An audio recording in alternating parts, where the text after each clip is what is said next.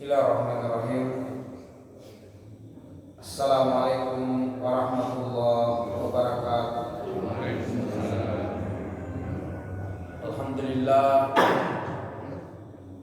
Alhamdulillah rabbil alamin, wassalatu wassalamu ala asyrafil anbiya'i wal mursalin wa ala alihi wa ashabihi ajma'in, amma ba'du.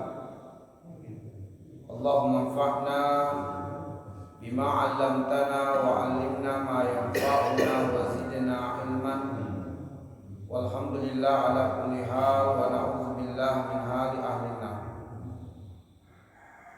Ma'asyiral muslimin wal muslimat, azani Allah wa iyyakum ajmain. Kita patut bergembira, bersyukur dan bersukacita atas nikmat ketaatan dan kemudahan dalam ibadah kepada Allah Subhanahu wa taala. Nikmat berkumpul di rumah Allah Subhanahu wa taala untuk menjalankan kewajiban sebagai hamba Allah, melaksanakan salat 5 waktu dan juga mendengarkan atau bersama-sama kita mentadabburi ayat-ayat Allah Subhanahu wa taala. Nikmat bersilaturahmi serta nikmat-nikmat lainnya di pagi hari ini diberikan oleh Allah Subhanahu wa taala kepada kita semua. Semoga semua nikmat ini mengantarkan kita semua dapat berkumpul di dalam surga Allah di akhirat kelak. Ma'asyiral muslimin, azani Allah wa iyyakum ajmain.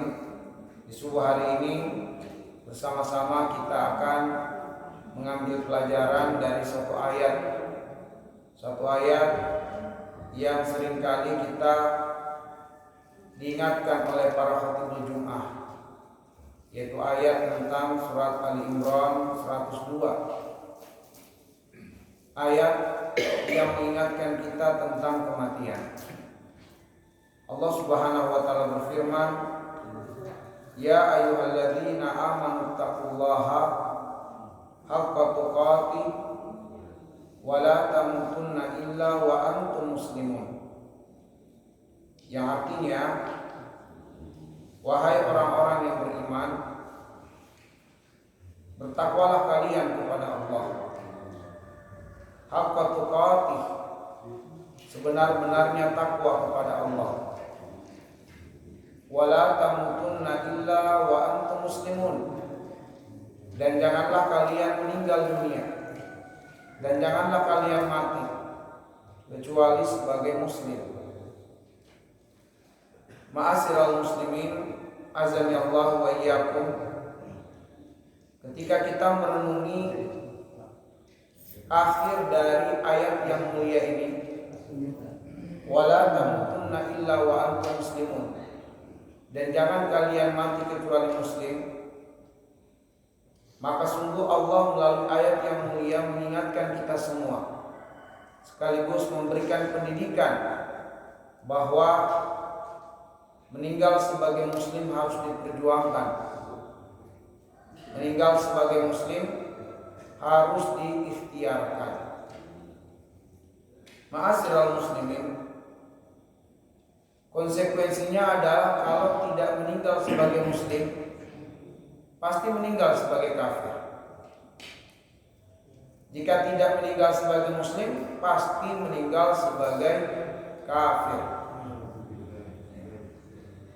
Apa akibatnya kalau meninggal sebagai kafir? Di dalam surat Ali Imran ayat 91 Allah mengatakan, innal ladzina kafaru wa matu wa hum kuffar fala yuqbalu min ahadihim mil'ul ardi dhahaba walau iftada bih ulaika lahum adzabun alim wa ma lahum min nasirin. Siapa saja yang meninggal sebagai kafir, dia pasti akan dilemparkan masuk dalam keadaan hina ke dalam azab yang sangat pedih, yaitu azab api neraka, dan dia tidak akan mendapatkan pertolongan dari siapapun. Tidak ada yang mampu menolongnya pada saat itu, dan dia tidak akan pernah bisa keluar dari siksaan tersebut, meskipun dia bermaksud untuk menebus agar dia bisa selamat dari siksaan tersebut, maka tebusannya tidak akan bermanfaat meskipun sebanyak bumi dipenuhi dengan emas. Allah juga menyebutkan bahwa di dalam surat Al-Imran ayat yang ke-85, wa may yabtaghi ghairal islami dinan fala yuqbal minhu wa huwa fil akhirati minal khasirin.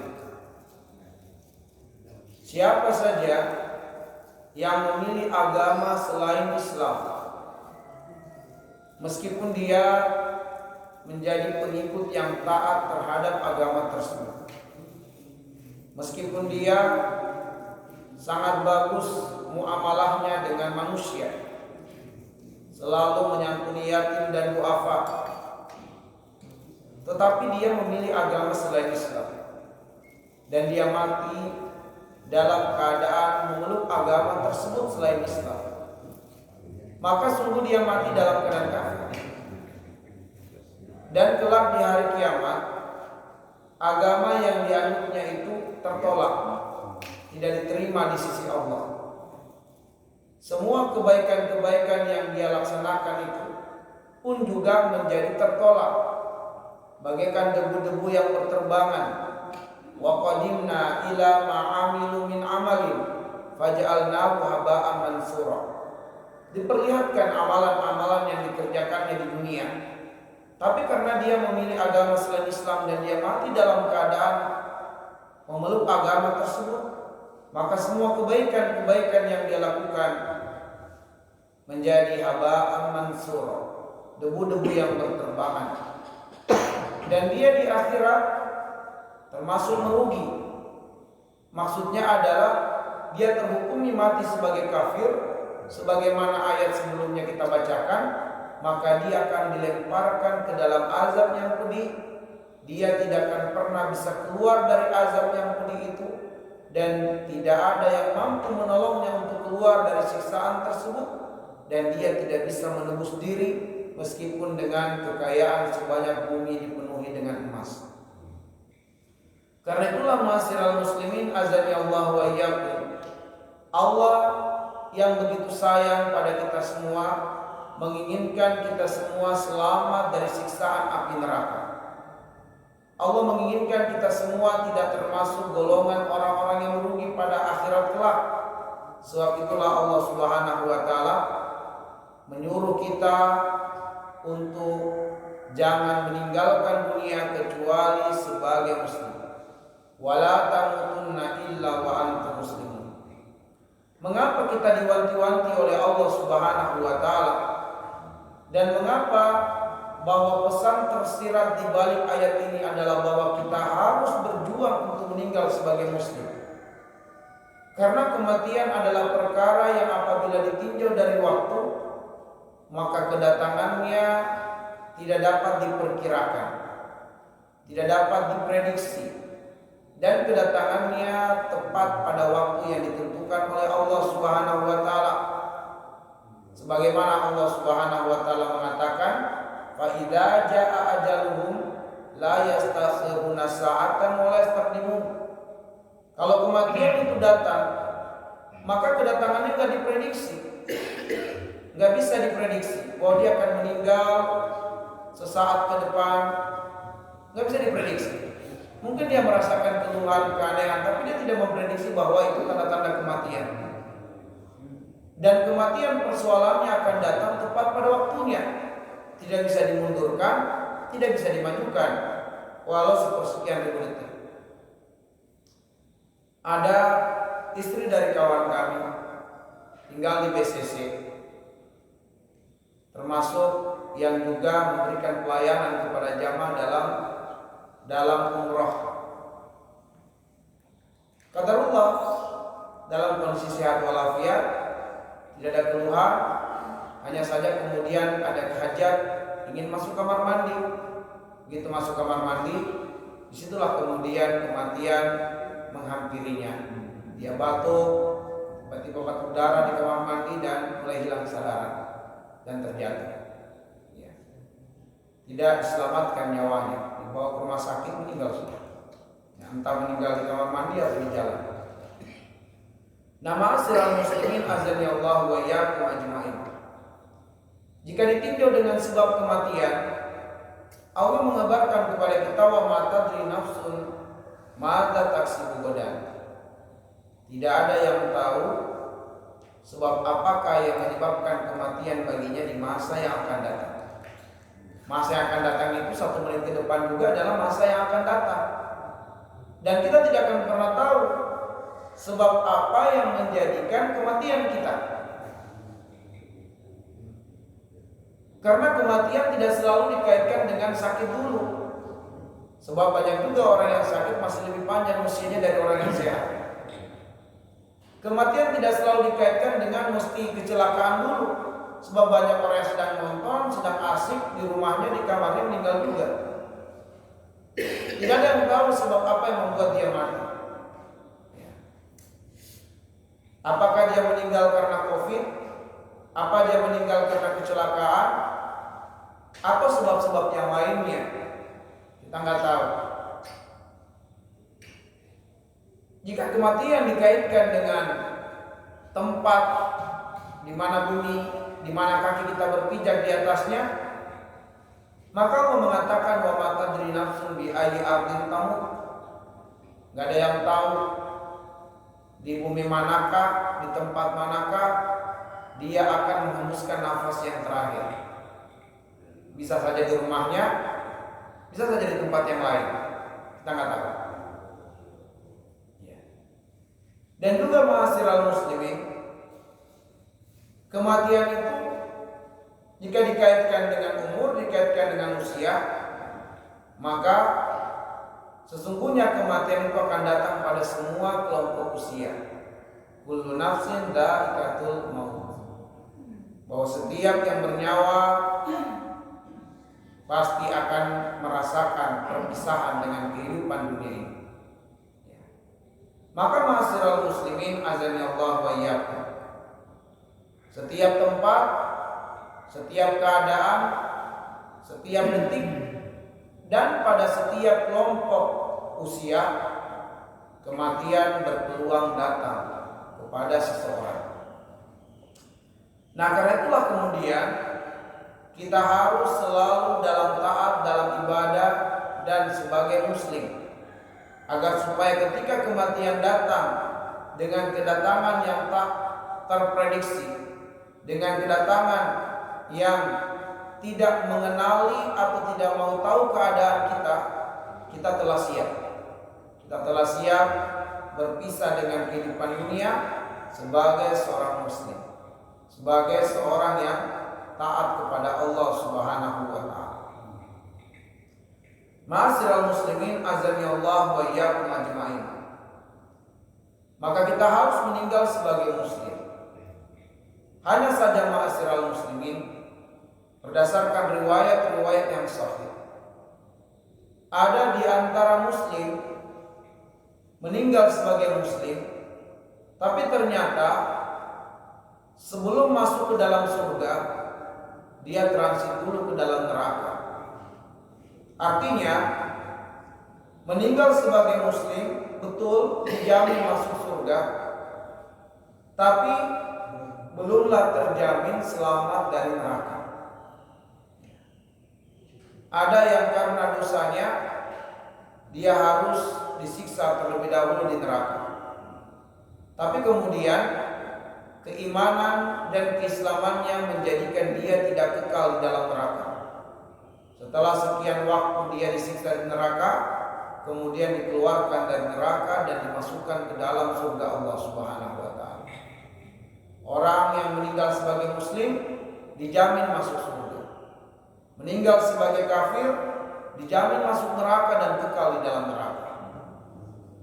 Nah, ma'asyiral muslimin, kita tentu menginginkan kita sebagai muslim meninggal sebagai muslim, tapi kita masuk ke dalam surga tanpa harus tersentuh api neraka. Itu adalah keinginan kita semua. Itulah harapan kita semua, dan itulah doa kita. Sebab itulah doa kita itu tidak cukup dengan mengatakan Rabbana atina fid dunya hasanah wa fil akhirati hasanah. Tidak cukup. Perlu ditambahkan waqina azabannar. Kita bukan hanya menginginkan kesuksesan, kebahagiaan di dunia, dan juga kesuksesan dan kebahagiaan di akhirat yang masuk surga. Perlu ditambahkan kita tidak tersentuh api neraka. Artinya kita pengen masuk surga tanpa harus merasakan sentuhan api neraka. Itu perlu kita tambahkan. Karena kalau dia meninggal muslim pasti masuk surga. Hanya saja belum tentu dia selamat dari neraka. Mungkin karena dosanya, tetapi dosanya tidak membatalkan keislamannya, menjadikan dia harus disiksa terlebih dahulu ke dalam neraka. Nah, ma'asyiral muslimin, kalau kita semua menginginkan untuk meninggal sebagai muslim dan masuk ke dalam surga tanpa harus tersentuh api neraka, maka disinilah pentingnya kita merenungi ayat yang mulia ini. Disinilah pentingnya kita mentadabburi surat Ali Imran ayat 102 ini.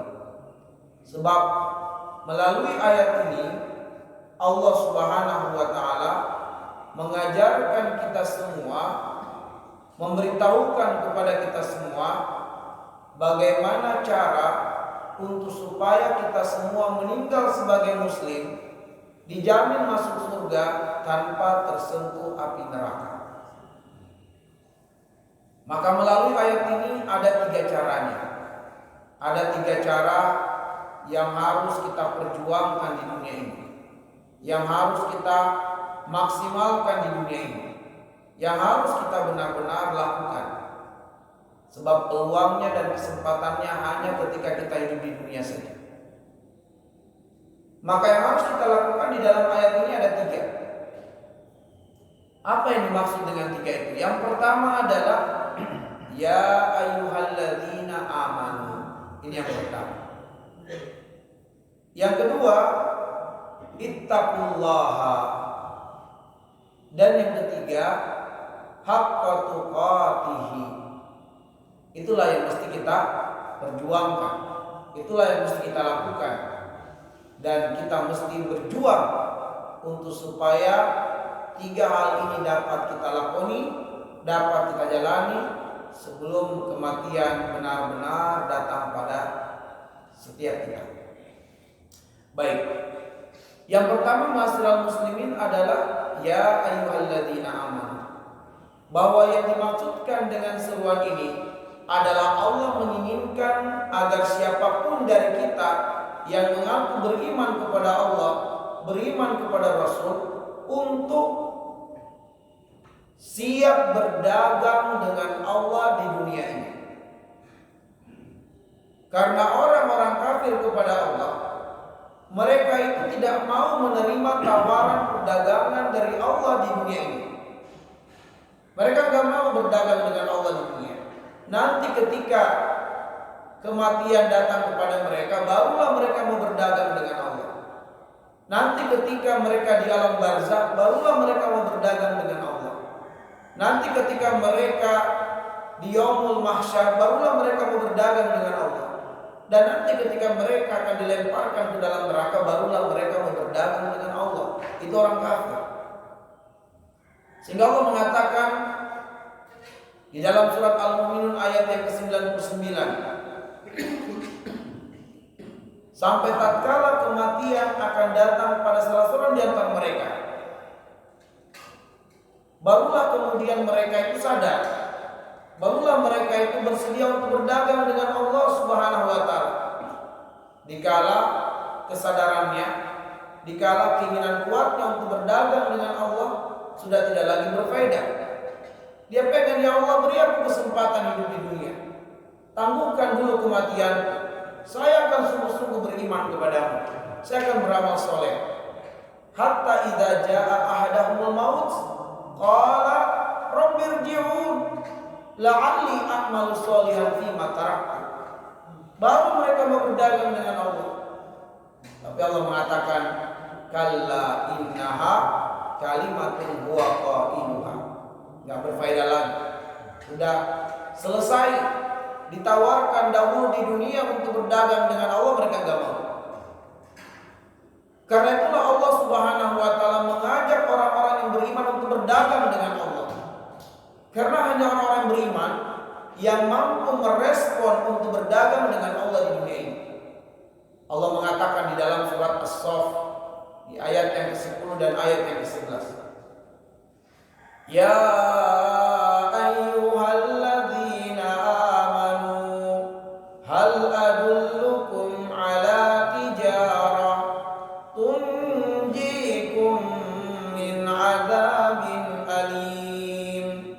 Wahai orang-orang yang beriman, maukah kutunjukkan kepadamu suatu perdagangan, perdagangan yang menyelamatkan engkau dari azab yang pedih, perdagangan yang menyebabkan kalian masuk ke dalam surga tanpa tersentuh api neraka. Hanya orang yang beriman yang diajak oleh Allah untuk berdagang di dunia ini, karena orang kafir tidak mau berdagang dengan Allah di dunia. Ya. Kecintaannya kepada dunia menjadikan mereka tidak peduli, tidak khawatir, tidak takut dengan kehidupan akhirat. Inna haula'i yuhibbunal 'ajila wa yadharuna wara'ahum yawman thaqila. Orang-orang kafir, mereka begitu tamak dengan dunia. Mereka begitu cinta dengan dunia. Mereka demi mendapatkan dunia, mereka melakukan apa saja. Tidak peduli syariat Allah, tidak peduli aturan dari Allah. Halalkah, haramkah, yang penting mereka dapatkan apa yang mereka inginkan. Mereka tidak takut dengan kehidupan setelah kehidupan dunia. Mereka tidak khawatir, sebab mereka merasa bahwa sekarang kami hidup di dunia, kami harus bahagia, harus puas dengan bisa memenuhi apapun yang diinginkan oleh syahwat di dunia ini. Mereka tak khawatir dengan kehidupan akhirat. Nanti ketika benar-benar waktu telah datang padanya untuk berpisah dengan kehidupan dunia, baru mereka sadar, baru mereka meronta-ronta, baru mereka ingin berdagang dengan Allah, baru mereka siap ingin hidup dengan syariat Allah. Tapi sayang, sudah tidak lagi bermanfaat. Maka Allah mengatakan, ya ayyuhalladzina amanu hal adullukum ala tijarah. Wahai orang yang beriman, maukah kutunjukkan padamu perdagangan tunjikum min adzabin alim, perdagangan yang menjamin kalian meninggal sebagai muslim dan dijamin masuk surga tanpa tersentuh api neraka. Tu'minuna billah, kalian sungguh-sungguh beriman kepada Allah. Wa rasulih, sungguh-sungguh beriman kepada rasulnya. Wa tujahiduna fi sabilillah bi amwalikum wa anfusikum. Dzalikum khairul lakum in kuntum ta'lamun. Dan kalian berjihad di jalan Allah dengan hartamu dan dengan dirimu. Dan inilah yang seutama-utama untuk kalian perhatikan selagi hidup di dunia, sekiranya kalian mengetahuinya.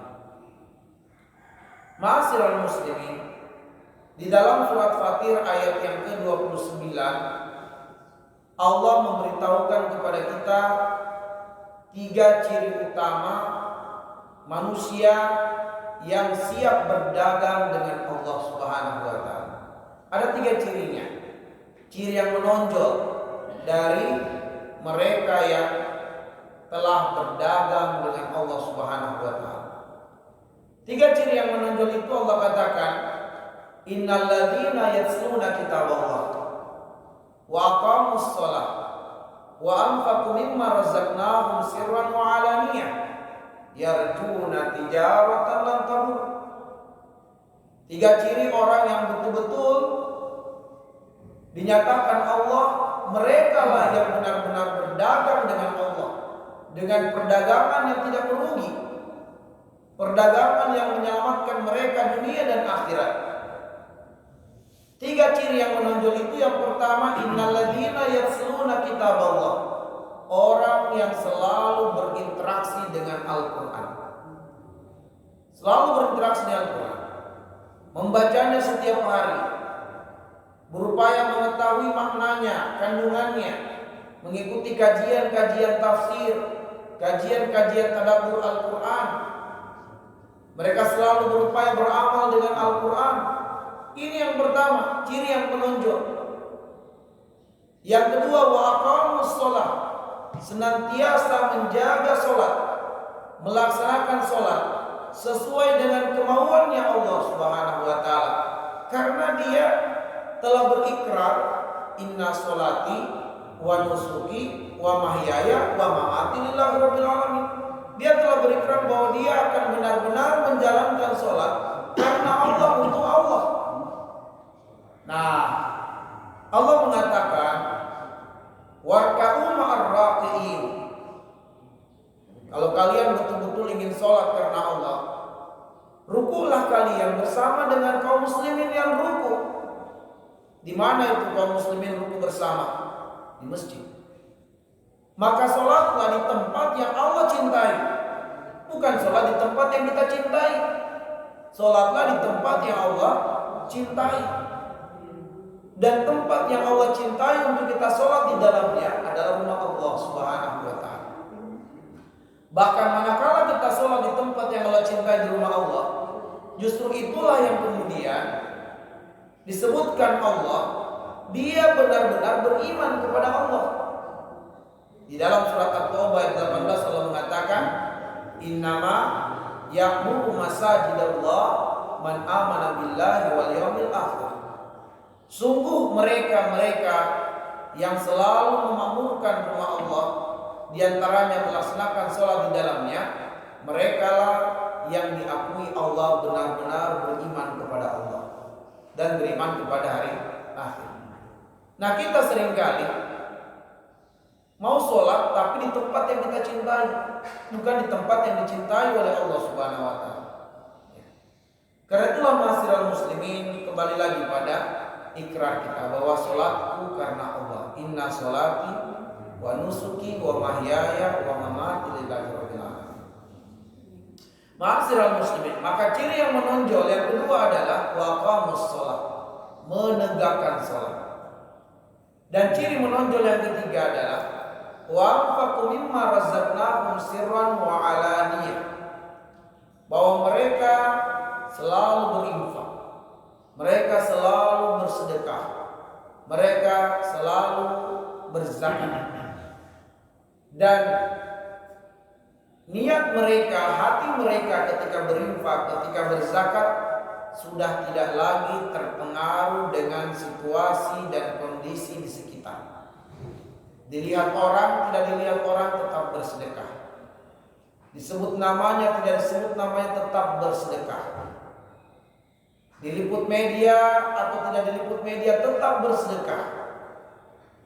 Jadi mereka itu telah menjadikan sedekah gaya hidupnya. Itulah kemudian tiga ciri yang menonjol dari mereka yang benar-benar berdagang dengan Allah Subhanahu wa taala. Inilah cara yang pertama. Inilah tips yang pertama berdasarkan seruan ya ayyuhalladzina amanu. Kemudian ma'asyiral muslimin, cara yang kedua adalah ittaqullah, yaitu bertakwalah kalian kepada Allah Subhanahu wa taala. Bahwa Allah Subhanahu wa taala memberitahukan kepada kita cara yang kedua untuk dijamin meninggal sebagai muslim dan masuk surga tanpa tersentuh api neraka adalah dengan berbekal takwa selagi hidup di dunia.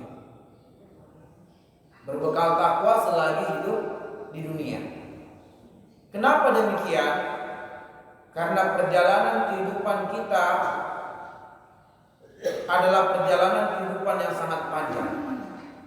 Mulai dari alam ruh, lalu kemudian alam rahim, lalu alam syahada, alam dunia, lalu kemudian alam barzakh, lalu alam mahsyar, lalu setelah itu kita akan menerima kitab amal kita masing-masing.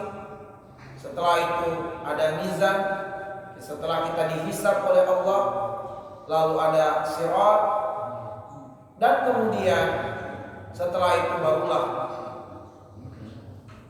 tempat yang menjadi kediaman terakhir manusia, surga atau neraka. Perjalanan yang sangat panjang. Saking panjangnya, para ulama menyebutkan berdasarkan tafsir surat Al-Ma'arij ayat 1 sampai ayat yang kelima, satu hari di mahsyar itu setara kadarnya dengan 50.000 tahun hidup di dunia. Itu di mahsyar. Sementara di dunia ini umur kita cuma 60-70 tahun rata-rata. Sedangkan di mahsyar satu hari kita berdiri setara kadarnya dengan 50.000 tahun hidup di dunia. Itu di mahsyar. Maka ma'asyiral muslimin, perjalanan kehidupan ini sangat panjang sekali. Kalau saja di kehidupan kita di dunia ini kita butuh bekal. Kita butuh bekal untuk perjalanan kehidupan kita di dunia. Kita mau pulang kampung saja yang perjalanannya setengah hari atau satu hari, ya kita butuh persiapan, butuh bekal. Apalagi untuk perjalanan kehidupan yang sangat panjang. Nah, pertanyaannya ma'asyiral muslimin, bekal apakah yang mesti kita persiapkan?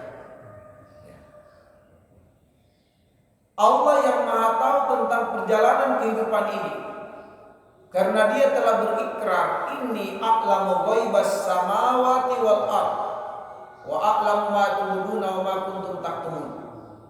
Allah Maha tahu tentang rahasia langit, Allah Maha tahu tentang rahasia bumi, Allah Maha tahu tentang perjalanan kehidupan manusia, dan Allah pun Maha tahu tentang manusia itu, hal apa yang bisa menyelamatkannya dan hal apa yang bisa merugikannya. Maka Allah yang dengan keilmuannya yang sempurna telah memberitahukan kepada kita di dalam surat Al-Baqarah ayat 197, wa tazawwadu fa inna khairaz zadi taqwa. Berbekallah untuk perjalanan kehidupan yang panjang ini, dan sebaik-baik bekal untuk kalian persiapkan adalah takwa. Wattaquni ya ulil albab. Maka apabila kalian berakal, bertakwalah kepada Allah Subhanahu wa taala selagi hidup di dunia. Karena ma'asyiral muslimin, yang patut untuk kita garis bawahi dan kita renungi adalah bahwa ternyata berbekal takwa ini kesempatannya hanya sekali, tidak dua kali, satu kali saja, yaitu ketika kita hidup di dunia. Begitu kita berpisah dengan kehidupan dunia, tidak ada lagi peluangnya berbekal takwa. Hanya dan hanya ketika kita mendapatkan kesempatan hidup di dunia, kita bisa berbekal takwa. Dan karena itulah kemudian, selagi kita diberikan kesempatan oleh Allah hidup di dunia, maka bersungguh-sungguhlah mempersiapkan bekal takwa. Dan alhamdulillah, karena ternyata untuk kita berbekal takwa dapat dilakukan oleh siapa saja. Apapun profesinya, apapun jabatannya, di bumi manapun kakinya berpijak, dia dapat mempersiapkan bekal takwa. Karena Nabi mengatakan, ittaqillaha haitsu ma kunta. Bertakwalah dalam setiap keadaan. Bertakwalah di bumi mana kalian berpijak. Kita mampu berbekal takwa apapun kondisi dan keadaan kita. Profesi, jabatan, kedudukan tidak menghalangi kita untuk bertakwa kepada Allah. Sebagai pemerintah kita bisa bertakwa kepada Allah dan berbekal takwa. Sebagai rakyat kita bisa berbekal takwa. Sebagai orang tua kita bisa bertakwa dan berbekal takwa. Anak juga demikian. Suami dan istri bisa bertakwa dan berbekal takwa. Guru, dosen, siswa, mahasiswa bisa berbekal takwa hidup di dunia. Para majikan, para pembantu bisa bertakwa dan berbekal takwa. Para supir, para ojol, para penumpang bisa berbekal takwa. Para bos, para buruh, para karyawan bisa bertakwa dan bisa berbekal takwa. Inilah kemudahan yang Allah Subhanahu wa taala berikan. Walaupun peluangnya, kesempatannya hanya satu kali, tetapi dapat dilakukan dalam keadaan bagaimanapun. Baik sunyi atau ramai bisa bertakwa dan bisa berbekal takwa. Maka ma'asyiral muslimin, wa tazawwadu fa inna khairaz zadi taqwa. Berbekallah, karena sebaik-baik bekal adalah takwa kepada Allah Subhanahu wa taala. Maka orang yang cerdas, orang yang paling pintar hidup di dunia ini bukanlah yang sederet titel di depan nama atau di belakang nama. Bukan pula yang mengoleksi kendaraan-kendaraan mewah terparkir di garasi rumah. Bukan pula mereka yang berhasil membangun rumah laksana istana di dunia ini, tidak. Ternyata orang yang paling cerdas itu adalah sebagaimana sabda Rasul, al-qayyisu man dana nafsahu wa amila lima ba'dal maut. Yang paling cerdas hidup di dunia adalah yang menundukkan hawa nafsunya, supaya kecondongan hawa nafsunya pada apa yang diridhoi oleh Allah Subhanahu wa taala. Dan dia mempersiapkan sebaik-baiknya bekal untuk perjalanan kehidupan setelah kehidupan di dunia ini. Itulah orang yang paling cerdas. Sehingga pembantu kita bisa lebih cerdas, sehingga para penumpang bisa lebih cerdas, ojol bisa lebih cerdas, rakyat bisa lebih cerdas, istri bisa lebih cerdas, suami bisa lebih cerdas, anak bisa lebih cerdas, siapapun bisa lebih cerdas. Dan siapa yang lebih cerdas di dunia, itulah kemuliaan yang Allah berikan kepadanya. Karena Allah mengatakan, inna akramakum indallahi atqakum. Yang paling mulia di sisi Allah yang paling cerdas. Siapa mereka? Yang banyak berbekal takwa. Itulah orang yang cerdas, dan itulah orang yang paling mulia di dunia ini.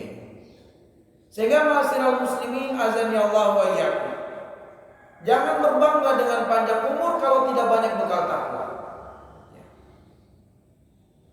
Justru dalam hadis Nabi disebutkan bahwa seburuk-buruk manusia adalah yang dipanjangkan usianya, tapi tidak banyak kebaikan-kebaikannya. Malah yang banyak dosanya. Inilah seburuk-buruk manusia. Allah sudah panjangkan umurnya, tapi kemudian dia tidak memperbanyak amal solehnya. Dia tidak berbekal takwa, dan dia juga tidak mau melepaskan pakaian kebodohannya, yaitu tidak mau mendekati ilmu, tidak mau belajar. Itulah seburuk-buruk manusia. Dan tentu kebalikannya, yang terbaik adalah yang dipanjangkan umurnya oleh Allah, tapi dibanyakan juga kebaikan-kebaikannya oleh Allah Subhanahu wa taala. Dimudahkan baginya berbekal takwa. Maka ma'asyiral muslimin, jangan kita terlena dengan diamnya penghuni kubur. Kita bersemangat mengantar jenazah sampai ke lahat. Kita tidak mendengarkan rintihan jeritan penghuni kubur. Makanya banyak orang tertawa di atas kubur. Banyak orang yang bercanda di atas kubur. Sebab dia tidak mendengarkan rintihan orang-orang yang dikubur. Ya. Allah mengatakan, walau tara idzil mujrimuna nakisu ru'usihim 'inda rabbihim rabbana absarna wa sami'na farji'na na'mal salihah inna muqinun. Alangkah ngerinya kata Allah. Andaikan kalian melihat orang-orang yang berdosa itu, tatkala mereka diperhadapkan dan diperlihatkan dengan siksa, maka mereka tertunduk malu kepada Allah Subhanahu wa taala. Karena mereka meninggalkan dunia dalam keadaan cacat iman, cacat amal solehnya.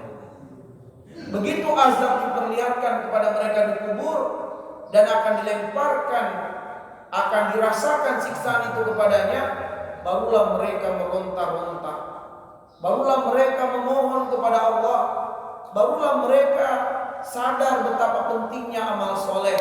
Maka mereka berdoa, Rabbana, ya Tuhan kami, absarna, kini kami menyaksikan ternyata betul ada siksaan-siksaan yang kami akan dilemparkan ke dalamnya. Wasami'na, dan kami dengarkan jeritan-jeritan kepedihan, kesakitan orang-orang yang dilemparkan ke dalam siksaan tersebut. Farji'na, keluarkan kami dari kubur, kembalikan kami ke dunia, na'mal solihan, agar kami dapat beramal soleh, inna muqinun, dan agar supaya kami beriman. Tapi sekali lagi bahwa keinginan kuat mereka untuk berdagang dengan Allah di dunia sudah tidak lagi berfaedah, sudah tidak ada lagi peluangnya. Maka ma'asyiral muslimin, kita yang hidup, kita yang bersemangat mengantar jenazah sampai ke lahatnya, jangan tertipu dengan diamnya penghuni kubur. Jangan terlena dengan bisunya mereka. Karena andaikan Allah memperdengarkan kita rintihan jeritan mereka, maka mereka akan mengucapkan dan akan berkata kepada kita untuk mengingatkan kita bahwa bekal yang harus dipersiapkan di alam barzakh adalah takwa kepada Allah Subhanahu wa taala. Dikala di dunia ini, ma'asyiral muslimin, kita memiliki banyak peluang untuk berbekal takwa, namun hampir saja kita tidak melakukannya. Sementara mereka begitu besar keinginannya untuk melakukannya, tapi mereka sudah tidak memiliki peluangnya sama sekali. Maka jangan sampai terlambat. Jangan sampai terlambat. Ya. Peluang kita begitu banyak di dunia, tapi hampir kita tidak menginginkannya. Sementara orang-orang di kubur, mereka sangat menginginkannya, tapi tidak ada peluangnya sama sekali. Maka karena itulah kemudian ambil pelajaran. Kemudian ma'asyiral muslimin, azani Allah wa iyyakum ajma'in. Karena itulah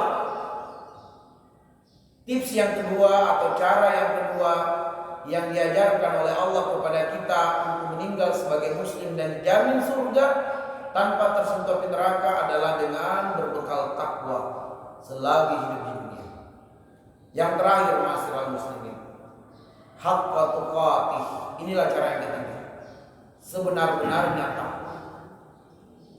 Allah menginginkan agar takwa yang kita berbekal dengannya adalah benar-benar dipersiapkan, benar-benar direncanakan, bukan sekedar jadi-jadian, bukan sekedar penampilan, bukan sekedar ucapan, betul-betul dipersiapkan, betul-betul direncanakan.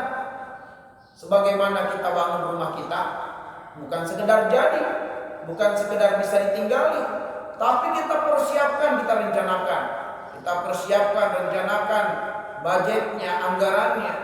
Kita persiapkan gambar yang terbaik, maka kita panggilkan arsitek yang terbaik.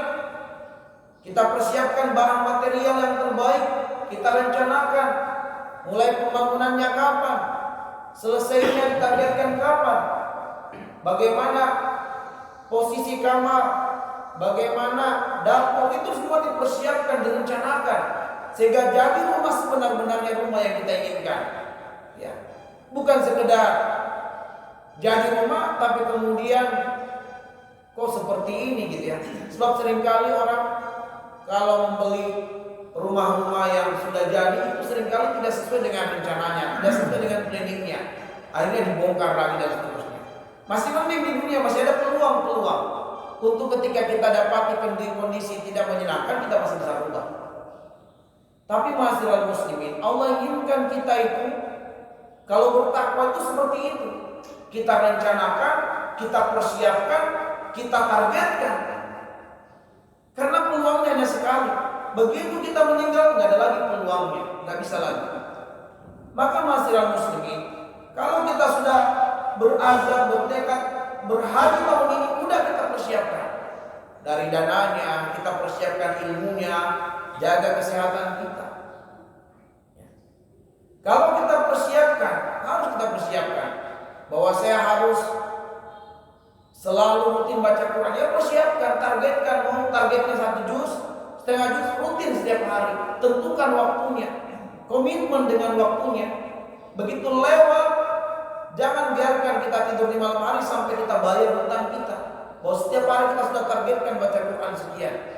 Dipersiapkan, direncanakan.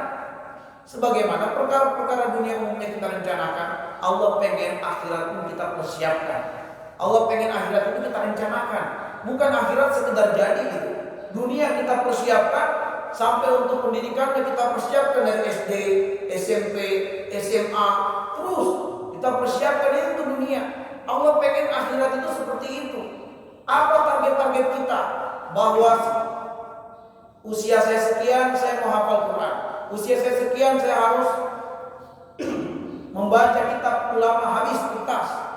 Bab apa gitu. Bahwa saya harus selesai khatamnya Sirah Nabawi. Harus ada persiapan. Kita rencanakan, kita targetkan. Pada saat kapan kita bisa khatam Al-Quran, hafalan, bacaan, ya, kita targetkan.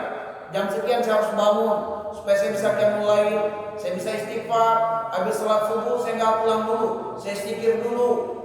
Ini harus direncanakan, dipersiapkan semuanya ma'asyiral muslimin. Sebagaimana perkara dunia kita pengen yang terbaik, maka Allah pengen akhirat harus yang lebih baik lagi. Ya. Nah karena itulah ma'asyiral muslimin, azani Allah wa iyyakum, Allah memberitahukan kepada kita bagaimana proses bertakwa yang benar.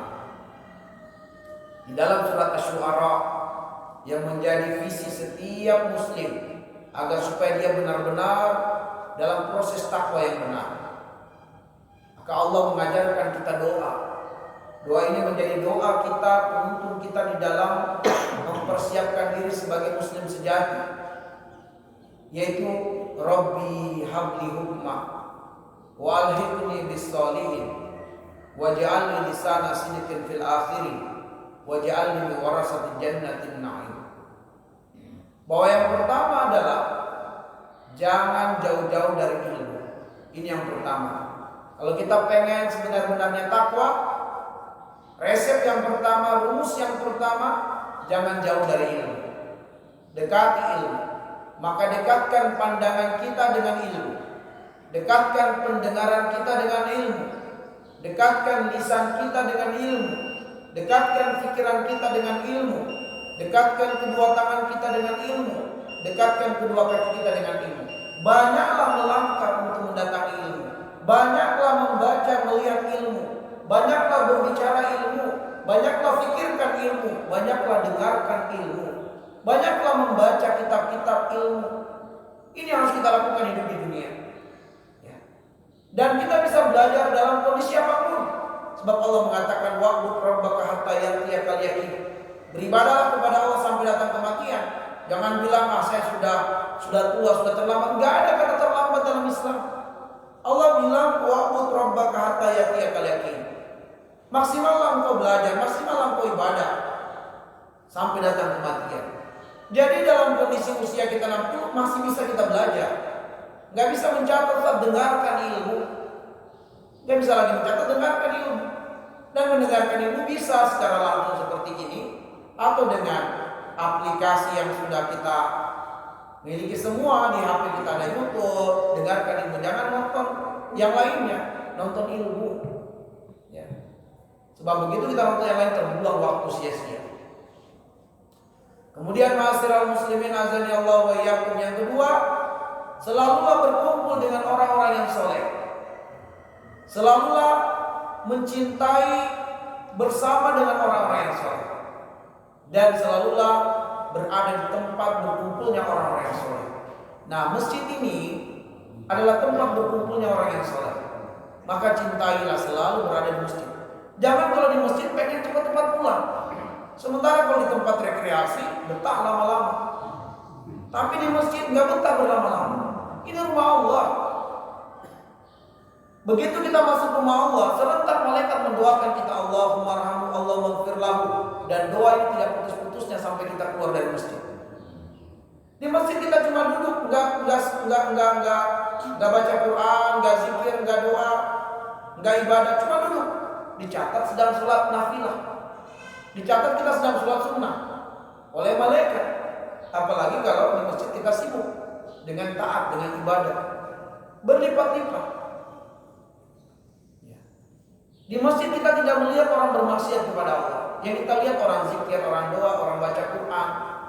Sehingga kebaikan-kebaikan masuk melalui mata sampai ke hati, masuk melalui telinga sampai ke hati, masuk melalui pikiran sampai ke hati. Maka bermuaralah kebaikan dalam hati kita. Jadi ma'asyiral muslimin, terapi yang sangat bagus untuk merubah orang yang jahat, suruh masuk masjid, tinggal dalam masjid, iktikaf di masjid. Sebab di masjid dia akan melihat orang sholat, maka masuk kebaikan-kebaikan melalui matanya, melalui telinganya, melalui pikirannya, maka yang dia pasti berubah cepat. Ya. Jadi kalau resep pengen berubah orang dengan cepat, penjarakan dari masjid, bukan penjara di sana, penjarakan dari masjid, berubah insya Allah. Ya. Karena dalam diri manusia ada segumpal daging. Kalau dia baik semua, kalau dia rusak semua. Tapi segumpal daging ini seperti miskah. Ada jalan untuk bisa masuk ke dalamnya, tapi tidak bisa keluar. Nah itulah hati. Ada salurannya, tapi begitu masuk melalui saluran itu akan tertinggal di dalam hati. Makanya kalau yang dilihat adalah yang buruk, yang didengar yang buruk, yang dipikirkan yang buruk, yang dibicarakan yang buruk, akan bermuara keburukan di hatinya. Pasti hasratnya buruk. Ya.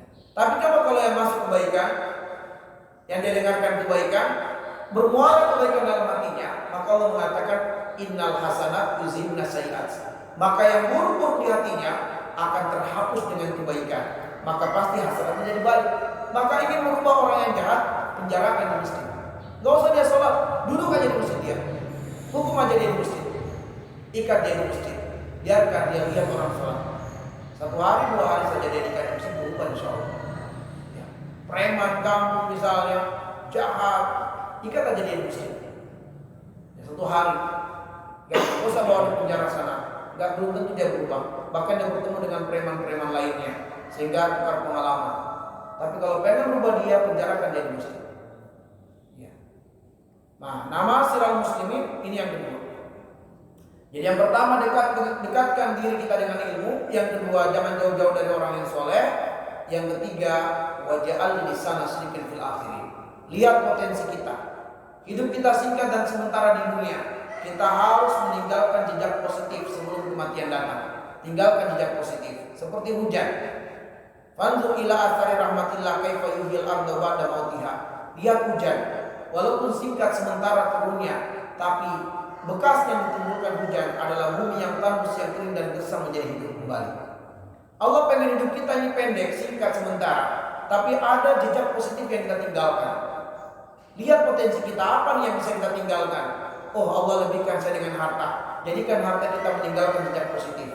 Bangun masjid, bangun rumah Quran, santuni yatim, santuni duafa. Ada harta kita, beli sendal-sendal, wakafkan di masjid-masjid, digunakan oleh orang-orang untuk berwudu. Itu pahala semua. Ada harta kita, bangun kamar mandi dan WC di masjid pesantren. Buat jejak positif. Supaya kita tinggalkan dunia, ada jejak kebaikan yang kita tinggalkan.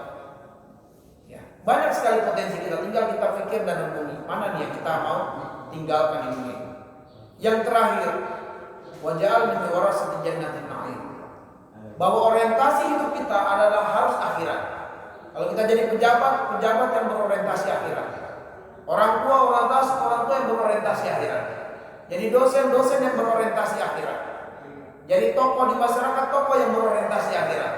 Kalau kita berorientasi akhirat, pastilah kebaikan akan mewarnai kehidupan kita, dan pastilah takwa menjadi prioritas untuk kita perhatikan hidup di dunia. Baik ma'asyiral muslimin, azza Allah wa iyyakum ajmain. Inilah kajian kita dari merenungi surat Ali Imran ayat 102. Semoga Allah Subhanahu wa taala di sisa umur hidup kita di dunia ini yang kita tidak tahu kapan kita benar-benar akan berjumpa dengan kematian. Semoga Allah Subhanahu wa taala mematikan kita dalam taat, dalam ibadah. Semoga Allah mematikan kita sebagai muslim yang sejati, dan semoga Allah sebagaimana mempertemukan kita di rumahnya yang mulia di dunia ini, Allah pertemukan kita di tempat yang terbaik di akhirat, di dalam surga Allah Subhanahu wa taala. Naktafi bihadzal qadar, kita cukupkan sampai di sini. Nasallallahu ayyaj'alana minal ladzina yastami'una al-qawla wa yattabi'una ahsanahu. Selanjutnya akan kembalikan kepada Ustaz kita.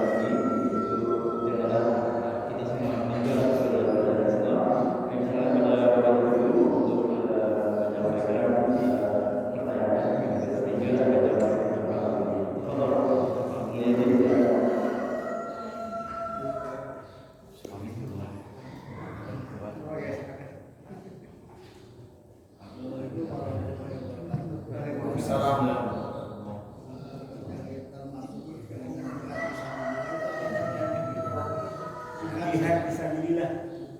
Jihad Yang masuknya dari jihad fisabilillah itu. ya. Langsung betul. Baik, bismillah, alhamdulillah, wassalatu wassalamu ala asyrafil anbiya'i wal mursalin wa ala alihi washabihi ajmain, amma ba'd. Yang termaksud dengan kriteria jihad fisabilillah yang nantinya kita harus keluarkan harta bahkan diri kita untuk berjihad di jalan Allah Subhanahu wa taala ada 4. Yang pertama adalah al-jihad wal nafsi wal jahli. Ini yang pertama, yaitu kita berjihad dengan menundukkan hawa nafsu kita dan berjihad menuntut ilmu untuk melepaskan pakaian kebodohan. Ini yang pertama. Sehingga apabila kita berupaya menundukkan hawa nafsu kita yang liar, maka kita sedang berjihad. Sebab nafsu kita inna syahwata la amarata bisu. Syahwat kita itu selalu kecenderungannya pada perkara yang Allah tidak ridhoi. Sudah ada istri, syahwatnya tetap pengen selingkuh, tetap pengen berzina. Tidak mau nikah tapi pengennya berzina. Itu syahwat kita. Sebagai pedagang pengen untung tapi syahwat kita dengan cara yang curang. Itu syahwat kita. Pengen jadi tuan tanah tapi pengen menguasai tanah orang dengan memalsukan sertifikat. Itu syahwat kita. Maka karena itulah kita menundukkan hawa nafsu adalah jihad. Dan kita lepaskan pakaian kebodohan, yaitu dengan menuntut ilmu adalah jihad. Yang kedua adalah al-jihadu ala syaitan. Jihad kita melawan syaitan. Sebab syaitan innama ya'murukum bisu'i wal fahsya wal munkar. Syaitan itu menginginkan kita itu terjatuh pada perbuatan yang keji, perbuatan buruk dan perbuatan munkar. Itu diinginkan oleh syaitan. Ya, dan syaitan ini akan menyerang kita dengan syahwat dan syubhat. Syahwat dan syubhat. Makanya ketika kita berjuang untuk mengalahkan hawa nafsu, ketika kita menuntut ilmu, itu juga bagian daripada kita sedang berjihad melawan syaitan. Yang ketiga al-jihad wal kufar wal munafikin. Berjihad melawan orang kafir dan orang munafik. di mana orang kafir, orang munafik ini gaya hidupnya adalah tidak ada istilah halal haram. Gaya hidupnya adalah apa yang menyenangkan syahwat. Nah, ketika kita menjalani hidup dengan prinsip halal dan haram, itulah jihad. Ya. Kita jalani hidup dengan prinsip halal dan haram. Berat memang, tetapi itulah jihad. Lalu kemudian yang keempat, al-jihadu alal munkarat wal bid'at. Berjihad kita melawan kemungkaran dan juga perkara-perkara bid'ah.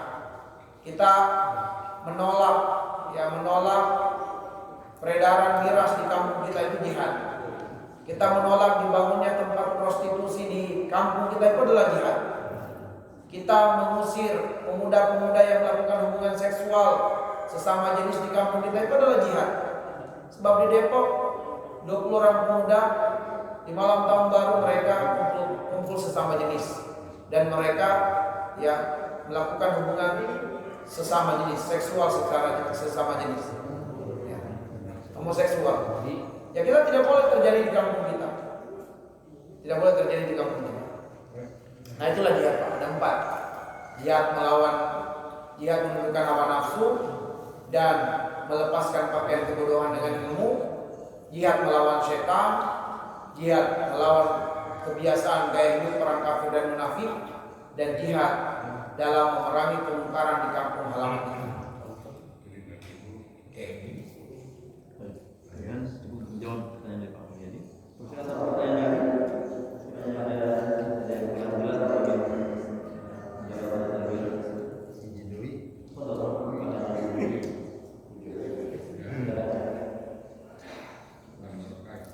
Sebenarnya saya udah mikir dari awal itu, makanya ini sebenarnya agak berat itu. Ya karena sambil berat itu saja pandangan orang berat.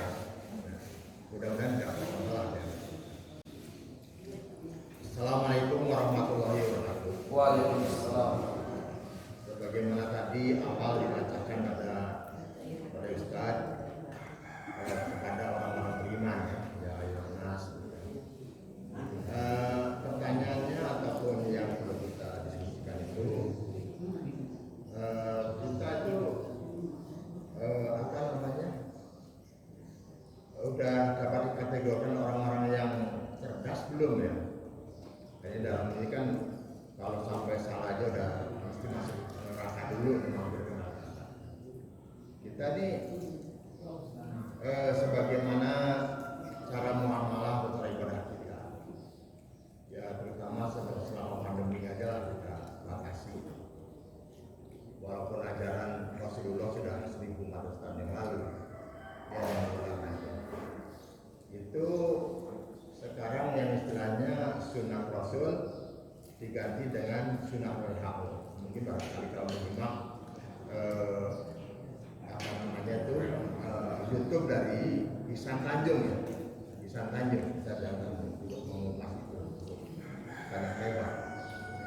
Nanti kalau pertanyaannya melewat dikat aja ya Pak. Iya, jadi model muamalah saja kita salaman umpamanya ngadu tangan, mau bersenyum pada saudara pada kawan, tutup masker dan segala macam itu adalah sunnah WHO ya. Ya ternyata pemerintah Indonesia juga menyetujui itu atau mengikuti itu, bahkan sampai sekarang nyanyiannya juga terus segala macam itu dalam rangka menghancur baurkan, merusak masalah kita. Terus kemudian yang perlu kita ingat bahwa memang itu cocok dengan Indonesia yang ada rencana waktu tahun 2018 itu mau kristenisasi ataupun biar umat itu tidak lagi takwa gitu pada Islam. Jadi cocok dengan apa Binsar Panjaitan itu kan sangat tidak sekali. Jadi dalam kristenisasi yang sekarang berhasilnya kita lihat di Sukabumi ya. Dulu kita cerita nyata aja di Sukabumi itu. Ya. Jadi kesimpulannya dari pertanyaan tadi kalau tidak menyebar kemana-mana, ini kita termasuk hamba yang cerdas tidak kalau dikaitkan dengan uraian tadi itu. Sunnahnya yang diikutin sunnah-sunnah yang sudah sesat. Ya. Baik, bismillah, alhamdulillah. Wassalatu wassalamu ala asrofil anbiya wal mursalin wa ala alihi wa sahbihi ajma'in amma ba'du. Jadi ma'asyiral muslimin, kita cerdas atau tidak cerdas, ini adalah materi tazkiyatun nafs. Materi tazkiyatun nafs itu adalah materi untuk memuhasabah diri, bukan untuk mengevaluasi orang. Jadi kita tidak bisa menghukumi orang ini nggak cerdas, karena tidak mempersiapkan bekal. Kita nggak bisa menggunakan itu untuk menghukumi orang. Tapi materi tazkiyatun nafs adalah materi untuk menghukumi diri kita. Ketika ada orang bersedekah dan dia pengen namanya disebut dan dia protes kalau namanya nggak disebut, nggak boleh kita katakan orang ini bersedekah karena lihat, nggak bisa. Cuman kalau kita yang mau bersedekah dan kita pengen nama kita disebut, kenapa gitu? Kita harus evaluasi diri kita. Tapi begitu orang lain yang melakukannya, kita nggak boleh mencurigainya karena kita nggak tahu hatinya dan niatnya. Gitu. Nah, kalau ada orang-orang yang kemudian tidak mau ke masjid, nggak boleh kita katakan dia nggak cerdas, nggak bisa. Tapi kita kalau nggak ke masjid, kayaknya saya nggak cerdas nih. Nah, jadi materi tazkiyatun nafs adalah materi untuk menghukumi diri kita, bukan untuk menghukumi orang lain. Nah, karena itulah kemudian kita harus selalu muhasabah diri. Berkenaan dengan persoalan dengan kita kemudian sholatnya mungkin di beberapa masjid masih berjarak, ya safnya tidak berdekat-dekatan, atau masih menggunakan masker, atau kemudian bersalaman dengan kepalan tangan dan yang lain sebagainya, maka ini adalah perkara-perkara yang tidak merusak akidah kita dan tidak merusak iman kita. Apatah lagi itu semua dibangun berdasarkan pengetahuan-pengetahuan oleh orang-orang yang memiliki pengetahuan atau ilmu tentang hal tersebut. Jadi ketika kemudian orang yang memiliki pengetahuan ini, ya misalnya pengetahuan tentang virus, kita tidak punya ilmu dalam masalah ini. Allah cuma mengatakan fas'alu ahla dzikri in kuntum la ta'lamun. Bertanyalah kepada orang yang memiliki pengetahuan kalau kita tidak punya pengetahuan. Ya, karena Allah mengatakan wala taqfu ma laysa laka bihi ilm. Jangan kau ikuti sesuatu yang kamu tidak punya pengetahuan dengannya. Nah, orang yang memiliki ilmu tentang virus ini mengatakan virus ini berbahaya. Mengatakan virus ini mengharuskan kita supaya selamat adalah harus menggunakan masker dan sementara salamannya harus seperti ini dan sholatnya harus berjarang-jarang. Karena ini yang berbicara adalah orang yang memiliki ilmu. Kecuali kalau orang yang memiliki ilmu ini berdusta, maka dia akan tanggung hukumannya. Tapi kalau mereka jujur dan benar dengan risetnya, dengan penelitiannya, lalu kemudian bagi kita sebagai muslim ternyata aturan itu, kebijakan itu ternyata tidak sesuai dengan apa yang umumnya kita lakukan, maka dalam konteks demikian luasnya Islam ajarannya mengatakan ad-darurat tubihul mahzurat, bahwa kondisi-kondisi yang darurat menghalalkan apa yang hukum asalnya haram. Jadi andaikan sesuatu itu hukum asalnya haram, dalam kondisi darurat menjadi halal dilakukan. Andaikan sesuatu hukum asalnya haram menjadi halal kalau kondisinya darurat. Tapi kalau sesuatu itu hukum asalnya tidak haram, maka tentu lebih utama kita lakukan ketika ada pengetahuan yang mengatakan itu harus kita lakukan. Contohnya misalnya menggunakan masker. Apakah menggunakan masker itu haram? Tidak haram. Andaikan haram, tetap harus kita lakukan kalau kondisinya darurat. Apatah lagi tidak haram, maka lebih utama kita lakukan. Kita sholat dengan saf yang berjarak-jarak. Apakah membatalkan sholat? Apakah sholat jadi tidak sah? Tidak. Ternyata sholat tetap saja sah. Sholat berjamaah tetap saja diterima oleh Allah.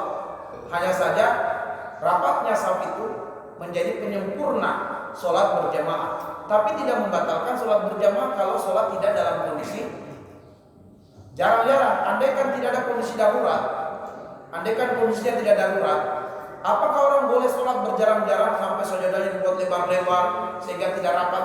Sholat berjamaah tetap sah dan tidak batal, hanya saja kurang sempurna. Apabila ada kondisi darurat mengharuskan bahwa posisi sholat harus berjarak, itu lebih utama kita lakukan. Lebih utama kita lakukan. Baik. Nah, sehingga dalam perkara demikian Disinilah kemudian kita melihat ada keluasan yang Allah berikan kepada kita, dan inilah disebut dengan ilmu fikih. Ya, ilmu untuk menghukumi keadaan yang realitas dengan tetap patokannya, panduannya adalah ayat-ayat dan juga hadis Nabi Sallallahu Alaihi Wasallam. Ada suatu ketika sahabat Nabi Sallallahu Alaihi Wasallam ketika perang, ya ketika perang itu ternyata kepalanya terkena pedang dan dia demam dengan sakit kepala itu, ya karena tertebas pedang, tapi belum meninggal. Hanya saja kepalanya terbelah kepala itu, kelihatan daging-dagingnya di dalam. Tapi Allah masih takdirkan dia itu. Cuman kemudian pada malam hari dia ihtilam, yaitu mimpi basah, dalam kondisi dia harus mandi wajib. Nah kemudian dia bingung, waduh gimana dia ke dalam kondisi demam, kemudian sakit di kepalanya, tapi dalam kondisi dia sedang junub, dalam arti mimpi basah. Ini setelah istirahat dari perang, ya. Perang di pagi hari, siang hari, malamnya mereka istirahat, besok lanjut lagi perang. Nah tiba-tiba kemudian dia bingung nih, ini gimana nih, saya belum kuat kena air, tapi saya sedang mimpi basah, sedang dalam kondisi harus mandi wajib. Maka ini dia bertanya kepada beberapa sahabat Nabi, ya beberapa sahabat, bagaimana dengan keadaan saya? Tolong bantu saya, berikan fatwa kepada saya. Saya sedang dalam kondisi wajib mandi, tapi saya sedang kondisi tidak sehat, tidak kuat untuk mandi. Apalagi luka saya masih menganga. Saya butuh istirahat dan saya tidak bisa kena air. Tapi yang lain mengatakan, oh tidak, kamu harus tetap mandi. Kamu harus tetap mandi wajib. Ini kata beberapa orang yang dia tidak punya ilmu, artinya belum mendapatkan ilmu dari Nabi. Belum mendapatkan rukhsah. Dalam Islam ada tayamum. Maka sahabat-sahabat itu mengatakan, nggak ada rukhsah, kamu harus mandi wajib. Akhirnya sahabat yang terluka tadi ini, yang sedang dalam kondisi junub ini, ya dia harus mandi. Akhirnya dia mandi. Dia paksa kena air kepalanya, maka karena itulah kemudian dia meninggal dunia. Begitu dia meninggal dunia disampaikan kepada Nabi Sallallahu Alaihi Wasallam, maka Rasulullah SAW memarahi sahabat-sahabat yang memberikan fatwa. Kenapa kalian memberikan fatwa tanpa ilmu? Betul memang dalam kondisi junub wajib mandi, tapi ketika dalam kondisi darurat, kalian jangan berfatwa sebelum ada ilmu dari yang jelas. Karena Allah memberikan keringanan-keringanan, rukhsah. Nah sahabat ini belum sampai pengetahuan tentang rukhsah, tapi langsung memberi fatwa karena dia tahunya bahwa yang junub wajib mandi. Seakan-akan tidak ada rukhsah, tidak ada keringanan. Maka Rasul memarahi mereka semua. Ya, kesalahan kalian memberikan fatwa menjadikan saudara kalian wasilah meninggalnya adalah sebab itu. Maka turunlah ayat, wala taqfu ma laysa laka bihi ilm, inna sam'a wal basara wal fuada kullu ulaika kana mas'ula. Jadi dalam Islam kita memang harus semangat, tetapi semangat juga harus ada ilmunya, supaya kemudian kita tidak salah dalam mengambil hukum. Bayangkan kemudian kalau ternyata kita seluruh orang jangan takut dengan COVID. COVID itu makhluk Allah. Kalau kita terkena COVID itu sudah takdir Allah. Akhirnya kemudian orang-orang meninggalkan masker dan banyak terkena. Ini hati-hati kita berfatwa.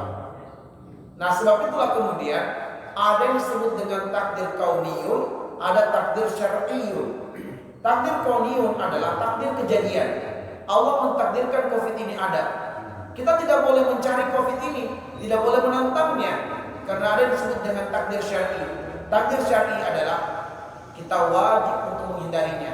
Kita wajib untuk mencegah tertular pada diri kita. Dengan apa? Dengan melakukan sebab-sebab pengetahuan-pengetahuan yang Allah sudah titipkan kepada orang yang berilmu untuk memberikan fatwa kepada kita apa yang harus kita lakukan supaya kita tercegah darinya. Maka jangan kemudian kita mengatakan kalau kita terkena itu sudah takdir Allah. Tidak, tapi Allah mengajarkan kita namanya takdir syar'i. Takdir untuk kita menghindar, takdir untuk kita mencegah, takdir untuk kita terhindarkan, tertolak dari bala dan musibah. Nanti kalau kita sudah berikhtiar, baru tetap kena, katakanlah inna lillahi wa inna ilaihi rajiun. La taqulu kana kadza fa kana kadza, walakin qul masyaallahu fa'ala. Ya kalau kita sudah berusaha berikhtiar semaksimal mungkin, tapi tetap kena juga, itulah takdir Allah. Kita harus terima, kita harus ridho.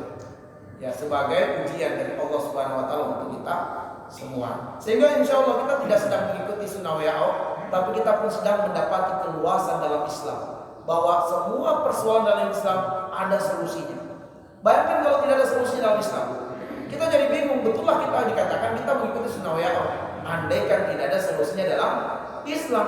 Tapi karena seluruh persoalan apapun di dunia ini ada jawabannya dalam Islam, ada keluasannya dalam Islam, maka kita tidak sedang mengikuti sunnah WO. Walaupun orang kafir menganggap pandemi ini bisa menjauhkan umat Islam dari ajaran Islam, itu menurut mereka. Tapi bagi kita umat Islam, dengan pandemi kita jadi paham, jadi tahu betapa luasnya ajaran Islam, betapa mudahnya ajaran Islam. Yuridullahu bikumul yusra wa la yuridu bikumul usra. Allah menginginkan kemudahan bagi kalian, Allah tidak menginginkan kesulitan bagi kalian. Allahu a'lam bishawab.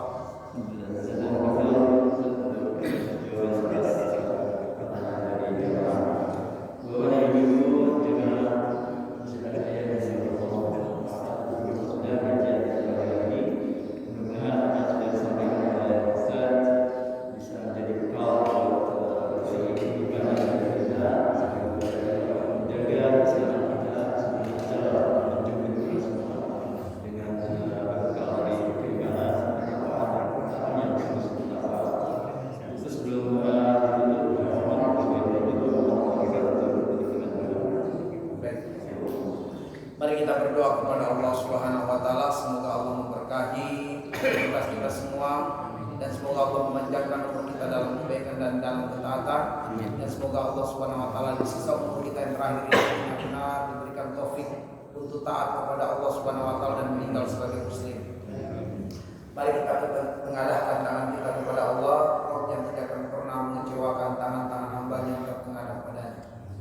Amin ya Allah ya Rahman ya Rahim ya Malik ya Qudus ya Salam ya Mu'min ya Muhaimin ya Aziz ya Jabbar ya Mutakabbir ya Ghaffar ya Razzaq.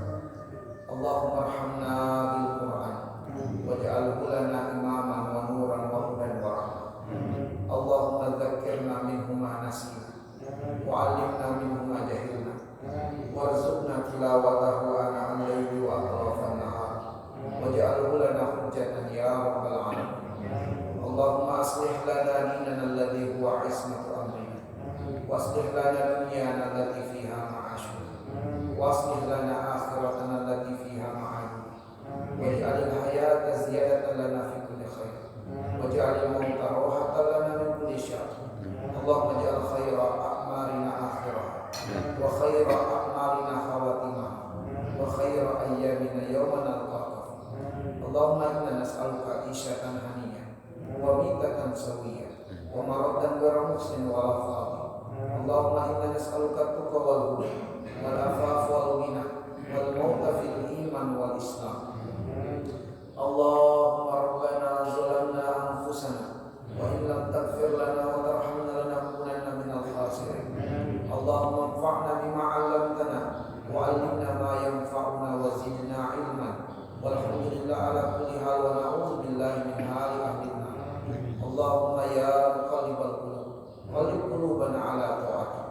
Allahumma ya musyarrifal qulub syarrif qulubana ala dinik. Allahumma rabbana zalamna anfusana wa in lam taghfir lana wa tarhamna lanakunanna minal khasirin. Allahumma inna arinal haqqa haqqan warzuqna ittiba'ah wa arinal batila batila warzuqna ijtinabah. Allahumma ij'alna muqimis shalah wa min dzurriyyatina rabbana wa taqabbal du'ana. Allahumma rabbana atina fid dunya hasanah wa fil akhirati hasanah wa qina adzabannar. Wa sallallahu ala Muhammadin wa ala alihi wa sahbihi wa baraka wa sallam. Subhana rabbika rabbil izzati amma yasifun wa salamun alal mursalin walhamdulillahi rabbil alamin.